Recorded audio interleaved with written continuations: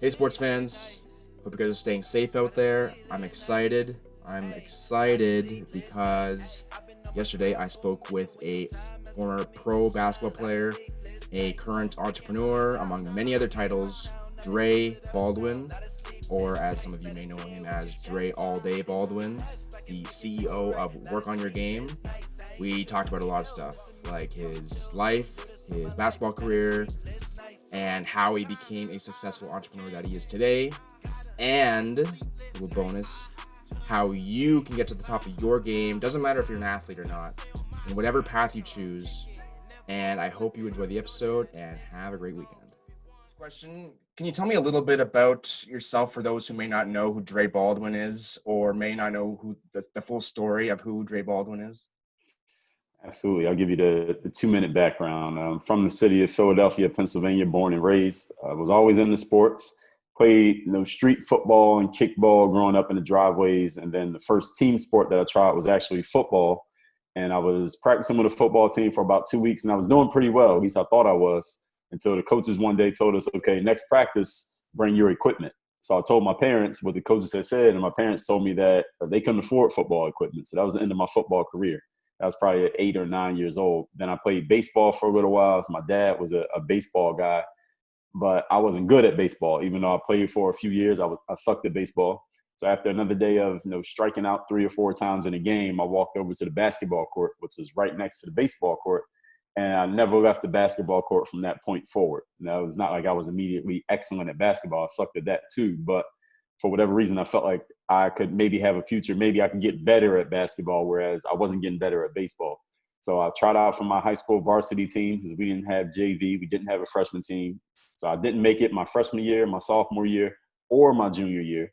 I finally did make it senior year, sat on the bench, averaged 2 points a game. So by that point, graduating from high school, most people would have looked at me and said, this kid's going to be successful at something, but probably not sports. I ended up going to college, walking on at a Division III school, made the basketball team there. Didn't set the world on fire in college, but by the end of my college career, I had some inkling, some idea that I could maybe play professional basketball.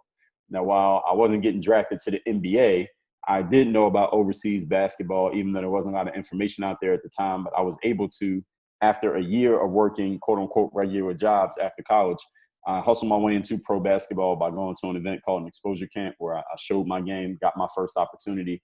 Started playing basketball overseas in 2005. My career went until 2015.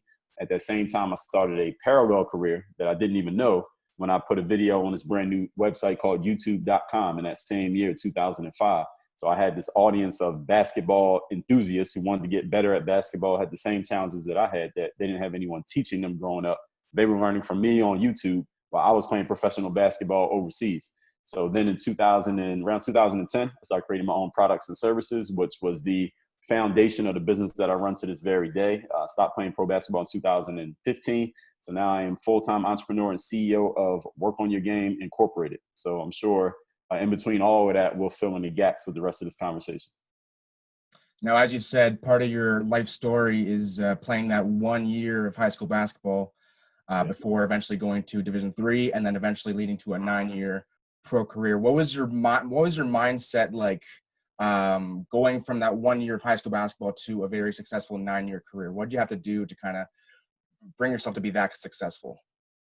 Man, number one thing, Alex, would be mental toughness, because coming out of high school, not playing at all, there was nobody who thought I was going to become, most people didn't even think I'd become a college basketball player, let alone a professional basketball player. I didn't have no one recruited me. I had no offers. I didn't even have for anybody who doesn't understand college sports, I didn't even have a walk-on offer. Sometimes you can get offered to walk on. I didn't even have that. I was just walking on to a college campus. Nobody knew who I was. I walked in that gym at the school that I started out at my freshman year of college. I had never even been on that campus. I didn't know any of the players. I didn't know any of the coaches, and none of them knew me. So I had to just walk in there and show my game.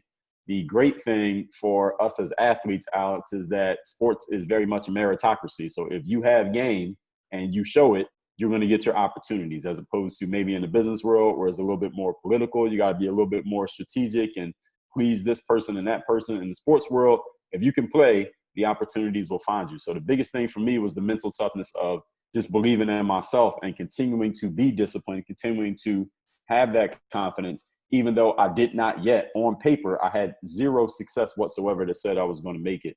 So even through college, I didn't even play my last year and a half of college because of coaching change. I ended up getting lost in the shuffle, so I wasn't even on the team that last year, even though I was completely healthy and academically eligible. I had to check my mental toughness or call on my mental toughness again at that point, and then going into the pros. After graduation, my first year, I didn't have any opportunities to play pro, so I worked at Foot Locker as an assistant manager. I worked at this gym called Valley Total Fitness as a membership salesperson. And at that time, still, nobody thought I was going to become a professional basketball player because of look at my background at that point. So I had to kind of run off my own energy and be my biggest fan, my biggest cheerleader to that point, in believing that I was going to make it happen, even though, again, until I signed that first contract, there was nothing tangible that said I was going to become a professional player. So it was really just that mental toughness point. Now, you've obviously been very successful after your pro career. I mean, you have over 20 books. You're a very successful entrepreneur now. You've done TED Talks. When did it occur to you during your playing career that, or even before then, that you wanted to rise above just being an athlete and becoming the entrepreneur that you are now today? Oh man, well that occurred to me back in, that was probably about 2002. So what had happened in 2001 on my college campus, I saw this, there was this bulletin board where you could just post, anyone could post any kind of advertisements or anything on there. This is before smartphones, for those who don't know. So you got all your news from the bulletin boards and emails and things like that. So on this board, there was this posting that just said, you want to make some money in the summertime, because they knew that all college students are pretty much broke in the summertime. Even when you have a scholarship, you're broke in the summertime.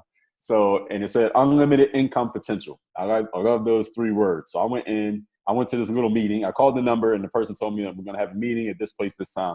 I go to it and it's an introduction or a meeting for a network marketing opportunity. Now, I'm sure most people here, if you're over the age of 22, you've probably been introduced to network marketing by somebody. But there, I was introduced to this concept. And when I went to a couple of the meetings, I didn't stay in network marketing, but in a couple of the meetings, they talked about two specific things that really got my attention. One, they started explaining how entrepreneurs make money. And I had never been exposed to this information. No one had ever told me this. I had grown up around a bunch of people who were just regular 9-to-5 employees. And no one had ever, I never read a book, anything.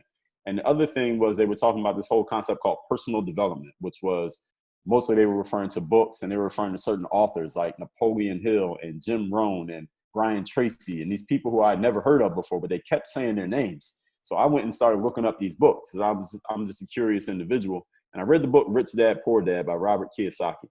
And in that book, in the very first couple chapters, he starts explaining through his story, he explains how entrepreneurs think differently than people who work as employees, or how in his story, the rich dad thought differently from his poor dad, even though both of them were smart guys, both of them were well educated. Why one of them went one way, another of them went the other way. So that planted the seed in my mind, even before I had played professional basketball, that that's what I want to do with my life. I didn't know how, where, when, why, anything. The internet wasn't even the internet in 2002, but I knew that's what I wanted to do. So I was just seeking that. So to answer your question, what was it that led me to wanting to be an entrepreneur outside of sports? Once, probably around the time 2008 to 2010, there were times where I was unsigned as a pro basketball player. So I was a free agent, unemployed professional athlete. And by that point, I'm getting into my mid to late 20s. And I said, all right, I had to start getting some control over my destiny, over my career. And that's when I asked myself a really good question, which was, how can I continue to do the things that I love to do, which is play basketball? And this internet thing, the internet was starting to get bigger. This is right when social media became social media. How can I be involved in that space with basketball and make money from it? That was the question that I asked myself. I did not know if there was an answer to the question, but I asked the question. And when I asked that question, I started getting some better ideas and I got some things that I could do. I started building out, paying more attention to my website and building my brand. This is before we were even calling it building a brand. This is when I started creating products and services. This is when I read a few books, most specifically Tim Ferriss's 4-Hour Workweek and his blog at the time, where he would give advice and little experiments you could use to test out product ideas and things like that very easily. And I started following those things. And then I remember I made my first product. It was a basketball training program I sold for $4.99. It was a downloadable PDF. And I remember the day that I made my first sale, $4.99. I mean, that's not a lot of money. You can't even buy McDonald's with that.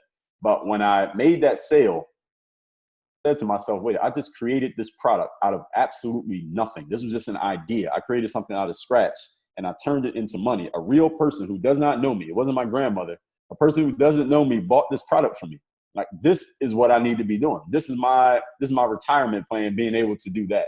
So that's what planted the seed. And that was still right in the middle of my pro basketball career, but I always knew from that point forward that entrepreneurship would be my next step, and that would be the thing that I could do forever. You can't play sports forever, but you can be an entrepreneur forever.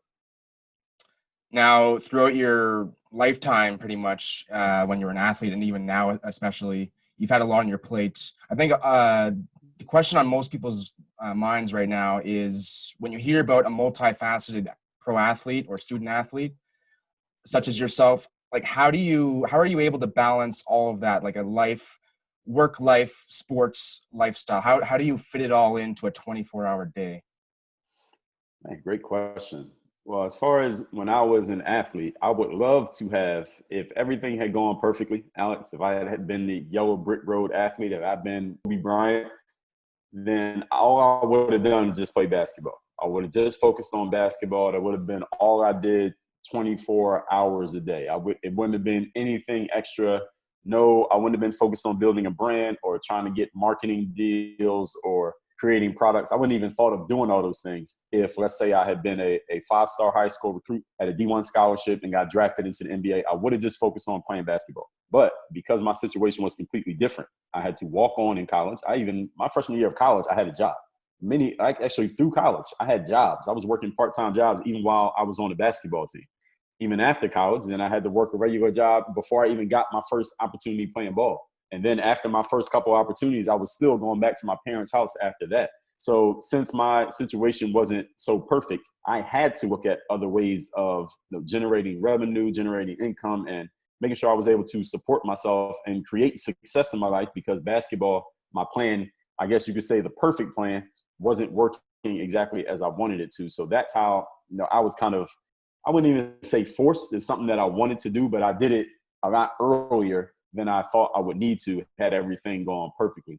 And to answer your question, how do I fit all this into a 24-hour day? It's just a discipline. It's a discipline of waking up at the same time every day, going to sleep at the same time, following a lot of the same processes, not so much that I become a robot, even though I've been accused of that, but following the same processes often enough that there's a lot of discipline in my day, that when people look at my day, they're like, man, how do you stay so disciplined? I don't always even feel like that. Some days I feel like I'm slipping. But when other people look at it, I guess comparatively, it seems very disciplined. It's just knowing what you're going to do, knowing your process, knowing your script, and actually sticking to that script, which is a very important thing, especially for solo entrepreneurs or someone who starts their own thing. You might bring people in eventually, and build a team. But when you start out, if you're going to be an entrepreneur, you have to discipline yourself to follow a certain program. Same thing the athletes have to do. Outside of your coach and outside of your trainers and your teammates, you have to discipline yourself to do certain things over and over and over and over again, because consistent effort is the only way that you're going to get consistent results. Now you have a brand called Work on Your Game, obviously, from your hat. And what is it all about, and how could other people, not just athletes, use it to raise their game in their respective career? Sure. Well, Work on Your Game started back in around that same period when I started my business, which was around 2009. I was making a bunch of YouTube videos at the time, sporadically, just talking basketball or actually demonstrating basketball. And a lot of players would just ask me questions for advice and tips and help. And one day I was in a 24-hour fitness, probably about 2 a.m, and I had my camera with me, as I always did at that time. This is before we had cameras on our phones. And I made this video that just said, the reason you basketball players, are having so much trouble with your game is because you are on YouTube watching me while I'm in the gym practicing. So what you all need to do is stop playing Xbox, stop standing on the corner, stop watching YouTube, and go work on your game. And when I said that statement, I wasn't even trying to make it a brand or a phrase. I was just saying it. But people heard it and they started repeating it back to me, and a light bulb went off. Like, man, I could use that. And the great thing about Work on Your Game is that it's not about sports. You can use that for anything. So that's where I started work on your game. And as far as what it's about taking the mentality necessary to succeed in sports and applying that same mindset to business and life. And there are 4 specific pillars of the work on your game philosophy. The first one is the discipline to show up every day to do the work. Second one is the confidence to put yourself out there boldly and authentically. Third one is the mental toughness to continue showing up, doing the work, putting yourself out there, even when the success you've expected to achieve is yet to be achieved. And the fourth is the personal initiative to go and make things happen instead of waiting for things to happen.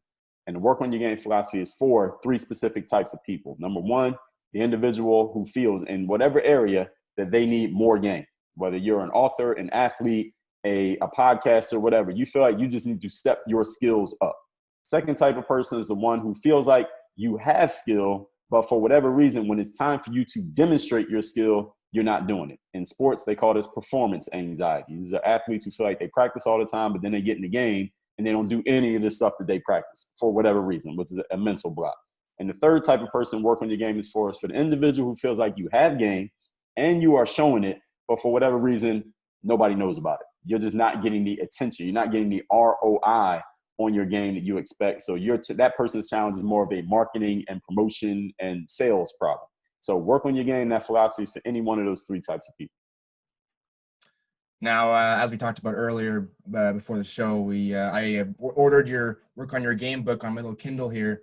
Excellent. Now, in your book, I noticed that when you were younger, you were given advice from an 8th grader, from a little one-on-one, and he told you that never play scared and to buy a game. What do those words mean to you, and why is it important for other people?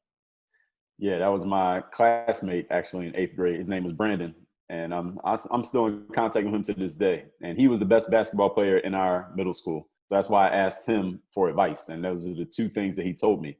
And buy a game, actually, that was actually the title of my first book, that morphed into work on your game. And what those mean is the first one is you can't play scared. And that's not just for sports, that's for life. You can't go through life afraid of what has already happened to you in the past, afraid of it happening again. You can't go through life afraid of what might happen because maybe you heard about it, or maybe it happened to your next door neighbor, or you saw it happen to somebody else, or you just conjured up that it might happen to you.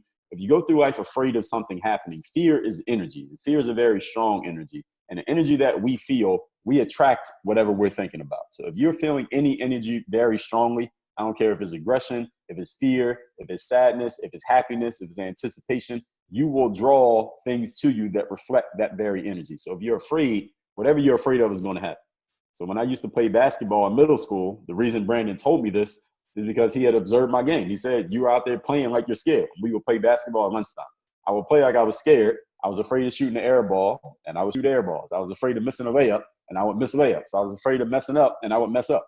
So you got to stop playing scared in life because, Alex, as an athlete in sports is imperfect. There's no such thing as a perfect football player or a perfect basketball player. You miss shots. You are going to you're going to fumble the ball. Maybe sometimes a quarterback's going to get intercepted. A goalie's going to get scored on. It happens. So you can't be afraid of that thing happening. You have to have a short memory, especially of the bad stuff, and let it go. As far as the buy a game thing, that goes right into the work on your game philosophy, which is the first type of person we help is the person who just knows that they need more skill. They're just not good enough at what they're doing, and they need to get better. I think every athlete always will be willing to admit, I need to get better. I need to work on my game. The best players out there, the Tom Brady's, the Michael Jordans, Kobe Bryant's, they're the ones who work on their game the most, and they're already the best. So if they're working on their game, what can anyone who isn't at their level of achievement have as an excuse for not working on theirs? So buy a game is just about you need to get some skills, right? You're not good at making layups. All you do is stand around and shoot jumpers, but you're not even that good at that. This is what Brandon was telling me back in 8th grade. And the good thing about him and me at that time was that he was honest enough as a friend to be able to tell me the truth, and he didn't sugarcoat it. And I was objective and mature enough and mentally tough enough as the recipient of that information to not take it as a personal attack. These days, a lot of people, they can't be criticized because they take everything as an attack, or you're hating on me, or you're just being negative, or whatever labels people want to throw out there these days. Sometimes people are just telling you the truth. Sometimes people are just holding a mirror up to you. And if you are not mentally tough enough to accept it, then you're going to reject that and think that whoever you are and whatever you are at this point is just perfect. And then you're never going to get any better. And the world is moving on. You're staying in the same spot. By definition, you're in neutral, you're losing. So I always wanted to make sure I wasn't that type of person. That's why one of the first stories I tell in my book is that one, because I want to prime people to understand that when people are telling you something that you don't like, maybe there's an ounce of truth in it, maybe a whole pound of truth in it, if you're paying attention. Now, around sports and athletics, you often hear the phrase, sports aren't your purpose, they're your platform. What does that statement mean to you? Well, man, that can mean a lot of different things. It depends on how you want to use that platform. I think for some people, sports is their purpose. It depends on who you ask. I mean, I'm sure you saw, like every athlete saw, the Michael Jordan 10-part docu-series in spring of 2020. It seemed like all Michael Jordan did was play basketball. And that was his thing. His thing was, I'm going to play basketball.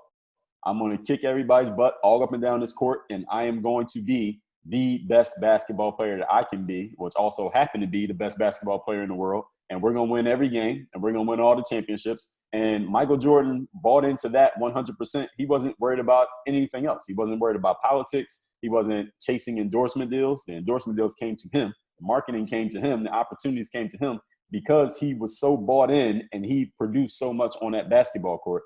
And Michael Jordan is still Michael Jordan. Over 20 years later, from at least his Bulls career, people are still talking about this guy. His sneakers still outsell every other player's sneakers added together because all he did was focus on playing ball. And I think Kobe's another guy you could put in that category who all he did was play basketball.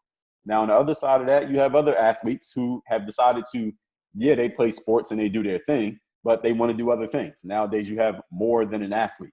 As far as I'm concerned, to address that, for me, sports was the purpose for me. That was the main thing I wanted to do, was play sports. But because it didn't happen so swiftly and easily for me, I had to get into other things. But I never looked at sports as, oh, I'm going to use sports so I can have a platform, so I can say this or I can do this. It was, I wanted to play sports. And had my career been more illustrious, maybe that would have been all I had done. Maybe I'll still be playing to this very day. I mean, I'm only 38 years old right now. What was Kobe, 38, 39 when he stopped playing? So maybe I'll still be playing. As far as athletes wanting to use sports as a stepping stone to create a platform, I'm not mad at it. I mean, to each his own and her own. If someone wants to do it that way, that's fine. But one thing that I do know is that the athletes who focus fully on playing their sport are usually the ones who win the most. That's what I've seen. I have never seen an athlete try to give a full-time effort to more than one thing and be great at either one of them at the same time. I haven't seen it. But if it does happen, they'll be the first. Now, looking forward to the future, where do you see your brand, work on your game going as far as maybe 5 to 10 years from now?